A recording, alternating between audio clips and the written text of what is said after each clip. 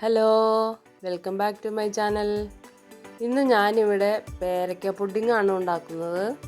രാവിലെ നോക്കിയപ്പോൾ കുറേ പഴുത്ത പേരയ്ക്കയും മൂത്ത പേരയ്ക്കയൊക്കെ കിടക്കും. അപ്പോൾ അതെല്ലാം കൂടി പറിച്ചെടുത്തു. അപ്പോൾ എനിക്ക് തോന്നി ഇതും കൊണ്ട് ഒരു പുഡിങ് ഉണ്ടാക്കാമെന്ന്. ഈ ചൂടുള്ള സമയത്ത് ഇതൊക്കെ ഉണ്ടാക്കി കഴിക്കുമ്പോൾ ഒരു പ്രത്യേക ഉന്മേഷം കിട്ടും കേട്ടോ. ഇന്ന് നമുക്കിത് എങ്ങനെയാണ് ഉണ്ടാക്കുന്നതെന്ന് നോക്കാം. അതിനായി ഞാനിപ്പോൾ ഇത്രയും പേരയ്ക്ക എടുത്തിട്ടുണ്ട്. പുഡിങ് ഉണ്ടാക്കാനായിട്ട് പഴുത്ത പേരയ്ക്ക തന്നെ എടുക്കണം കേട്ടോ. അതൊന്ന് കഴുകി വൃത്തിയാക്കിയിട്ട് അതിൻ്റെ രണ്ട് സൈഡും മുറിച്ച് കളഞ്ഞെടുക്കാം കേട്ടോ. സീഡില്ലാത്ത പേരയ്ക്കയാണെങ്കിൽ വളരെ നല്ലതായിരിക്കും. ഇനി നമുക്ക് ഈ പേരയ്ക്ക ഒന്ന് ഇതുപോലെ കട്ട് ചെയ്തെടുക്കാം. ഇതിപ്പോൾ ഞാനിതെല്ലാം കട്ട് ചെയ്തെടുത്തിട്ടുണ്ട്. ഇനി നമുക്കിത് ഒരു കുക്കറിലേക്ക് ഇട്ടിട്ടൊന്ന് വേവിച്ചെടുക്കാം കേട്ടോ. ഒരു ഗ്ലാസ് വെള്ളം ഒഴിച്ചു കൊടുക്കാം. എന്നിട്ട് അടച്ചു വെച്ച് വേവിക്കാം. ഒരു 4 വിസിൽ വരുമ്പോൾ നമുക്ക് മാറ്റി വയ്ക്കാം. അത് വെന്ത് വരുമ്പോഴത്തേക്കും നമുക്ക് 2 സ്ലൈസ് ബ്രെഡ് എടുത്ത് വയ്ക്കാം. അതുപോലെ കോൺഫ്ലവർ 2 ടേബിൾ സ്പൂൺ, പാല് 1 കപ്പ്, അതുപോലെ കുറച്ച് ടൂട്ടി ഫ്രൂട്ടി, പിന്നെ കുറച്ച് അണ്ടിപ്പരിപ്പും 1 മുട്ടയും എടുത്ത് വെച്ചിട്ടുണ്ട്. അപ്പോൾ അതാ കുക്കറിൻ്റെ പ്രഷറൊക്കെ പോയി വന്നിട്ടുണ്ട്. പേരയ്ക്ക നല്ലപോലെ വെന്ത് കിട്ടിയിട്ടുണ്ട്. ഇനി നമുക്കിതൊന്ന് ഉടച്ചെടുക്കാം. ഇതിപ്പോൾ നല്ലപോലെ ഉടച്ച് എടുത്തിട്ടുണ്ട്. ഉടച്ചെടുത്തതിന് ശേഷം നമുക്കിത് അരിപ്പയിലേക്ക് ഇട്ട് അരിച്ചെടുക്കാം. അതിൻ്റെ സീഡൊന്നും ഇല്ലാതിരിക്കാൻ വേണ്ടിയിട്ടാണ് നമ്മൾ അരിച്ചെടുക്കുന്നത്. ഇതിപ്പോൾ ഞാൻ സീഡൊന്നും ഇല്ലാതെ അരിച്ചെടുത്തിട്ടുണ്ട്. ഇനി നമുക്ക് ഇതിലേക്ക് ആ ഒരു മുട്ടയും എടുത്ത് വെച്ചിരിക്കുന്ന കോൺഫ്ലവറും ഇട്ട് കൊടുക്കാം. എന്നിട്ട് നല്ലപോലെ മിക്സ് ചെയ്തെടുക്കാം. ഇനി ഇതിലേക്ക് 1 സ്പൂൺ നെയ്യ് ഒഴിച്ചു കൊടുക്കാം. അതിനുശേഷം എടുത്തു വച്ചിരിക്കുന്ന പാൽ ഒഴിച്ചു കൊടുക്കാം. ഒന്നുകൂടി ഒന്ന് നല്ലപോലെ മിക്സ് ചെയ്തെടുക്കാം.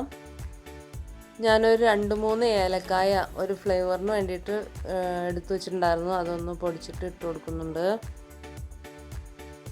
എടുത്തു വച്ചിരിക്കുന്ന ബ്രെഡ് ഇതുപോലെ ചെറിയ കഷ്ണങ്ങളാക്കി നുറുക്കിയിട്ട് മിക്സിയുടെ ജാറിലിട്ട് ഞാനൊന്ന് പൊടിച്ചെടുത്തിട്ടുണ്ട്. അതും കൂടി ഇട്ട് കൊടുക്കാം. ഒന്നുകൂടി നല്ലപോലെ മിക്സ് ചെയ്തെടുക്കാം. ഈ ഒരു പാകത്തിന് വേണം കേട്ടോ ഇരിക്കാനായിട്ട്. ഇനി ഞാനിതൊരു സോസ് പാനിലേക്ക് ഒഴിച്ചു കൊടുക്കുന്നുണ്ട്. ഇനി സ്റ്റൗ ഓൺ ചെയ്യാം. ഇനി അതിലേക്ക് ഞാനൊരു 3 ടേബിൾ സ്പൂൺ പഞ്ചസാര ഇട്ട് കൊടുക്കുന്നുണ്ട്. മധുരം നിങ്ങൾക്ക് ആവശ്യത്തിന് ഇട്ട് കൊടുക്കാവുന്നതാണ്. ഇനി കൈ എടുക്കാതെ ഇളക്കിക്കൊണ്ടിരിക്കണേ, അല്ലെങ്കിൽ അതൊന്ന് അടി പിടിക്കും. ഇത് എപ്പോഴും ഇളക്കിക്കൊണ്ടിരുന്നില്ലെങ്കിൽ ഇതിങ്ങനെ നല്ലപോലെ തിളച്ച് കഴിയുമ്പോൾ അത് കയ്യിലേക്കൊക്കെ തെറിക്കാനായിട്ട് സാധ്യതയുണ്ട്. അപ്പോൾ ഇളക്കൽ നിർത്തി കഴിഞ്ഞ് കഴിഞ്ഞാൽ അതുപോലെ പൊട്ടിത്തെറിക്കും. അപ്പോൾ അതുകൊണ്ട് അത് സൂക്ഷിക്കണം. വെള്ളമൊക്കെ നല്ലപോലെ വറ്റിച്ചെടുക്കണേ. അതിന് ശേഷം സ്റ്റൗ ഓഫ് ചെയ്യാം. ഇത് സ്റ്റൗവിലേക്ക് വെക്കുന്നതിന് മുന്നേ ഞാനൊരു ബൗളിലേക്ക് കുറച്ച് നെയ്യ് ഒഴിച്ച് ഇതുപോലെ എല്ലായിടത്തും ആക്കി കൊടുത്തിട്ടുണ്ടായിരുന്നു.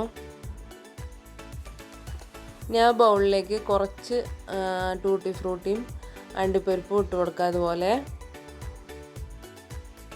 നമ്മൾ ഉണ്ടാക്കി വെച്ച പുഡിങ് ഒന്ന് പതിയെ ചൂടാറി വരുമ്പോൾ നമുക്ക് ഈ ബൗളിലേക്ക് ഒഴിച്ചു കൊടുക്കാം. ഒരുപാട് ചൂടാറാൻ നിൽക്കണ്ട. എന്നിട്ട് ഇതുപോലെ ഒന്ന് തട്ടി കൊടുക്കാം. ഇനി ഇതിൻ്റെ മുകൾ ഭാഗം ഇതുപോലെ പരത്തി കൊടുക്കാം. അതിനുശേഷം അതിൻ്റെ മുകളിലേക്ക് ബാക്കിയുള്ള ടൂട്ടി ഫ്രൂട്ടിയും കശുവണ്ടി പരിപ്പും കൂടി ഇതുപോലെ ഇട്ട് കൊടുക്കാം. അതിനുശേഷം ഒരുവിധം തണുത്ത് കഴിയുമ്പോൾ നമ്മൾ ഫ്രിഡ്ജിലേക്ക് എടുത്ത് വയ്ക്കണം. ഫ്രീസറിലൊന്നും വെക്കണ്ട, താഴെ വെച്ചാൽ മതി. അതൊരു 6 മണിക്കൂർ ഇരുന്നതിന് ശേഷം നമുക്ക് ഉപയോഗിക്കാം. ഇപ്പോൾ 6 മണിക്കൂറിന് ശേഷം ഞാൻ എടുത്ത് നോക്കിയതാണ്. നല്ലപോലെ കട്ടിയായി വന്നിട്ടുണ്ട്. ഇനി നമുക്കിത് മുറിച്ച് ഓരോ പീസായിട്ട് കഴിക്കാവുന്നതാണ്. വളരെ ടേസ്റ്റി ആയിട്ടുള്ള ഒരു പുഡിങ്ങാണിത്. നിങ്ങളെല്ലാവരും ഒന്ന് ട്രൈ ചെയ്ത് നോക്കണം. പേരയ്ക്കൊക്കെ ഇതുപോലെ പഴുത്തിരിപ്പുണ്ടെങ്കിൽ അത് വെറുതെ കളയാതെ ഇതുപോലെയൊക്കെ ഒന്ന് ഉണ്ടാക്കൂ. അപ്പോൾ എൻ്റെ വീഡിയോ ഇഷ്ടമായ ലൈക്ക് ചെയ്യാൻ മറക്കരുതേ. അതുപോലെ ആദ്യമായി കാണുന്നവരാണെങ്കിൽ ഒന്ന് സബ്സ്ക്രൈബ് ചെയ്തേക്കണേ. നമുക്ക് ഇതുപോലെ ഒന്ന് മുറിച്ചെടുത്തതിന് ശേഷം ഓരോ പീസാക്കിയിട്ട് കഴിച്ച് നോക്കാം. ഈ ചൂടുള്ള സമയത്ത് ഫ്രിഡ്ജിലൊക്കെ വെച്ചിട്ട് ഇത് കഴിക്കുമ്പോൾ വളരെ ടേസ്റ്റിയാണ്.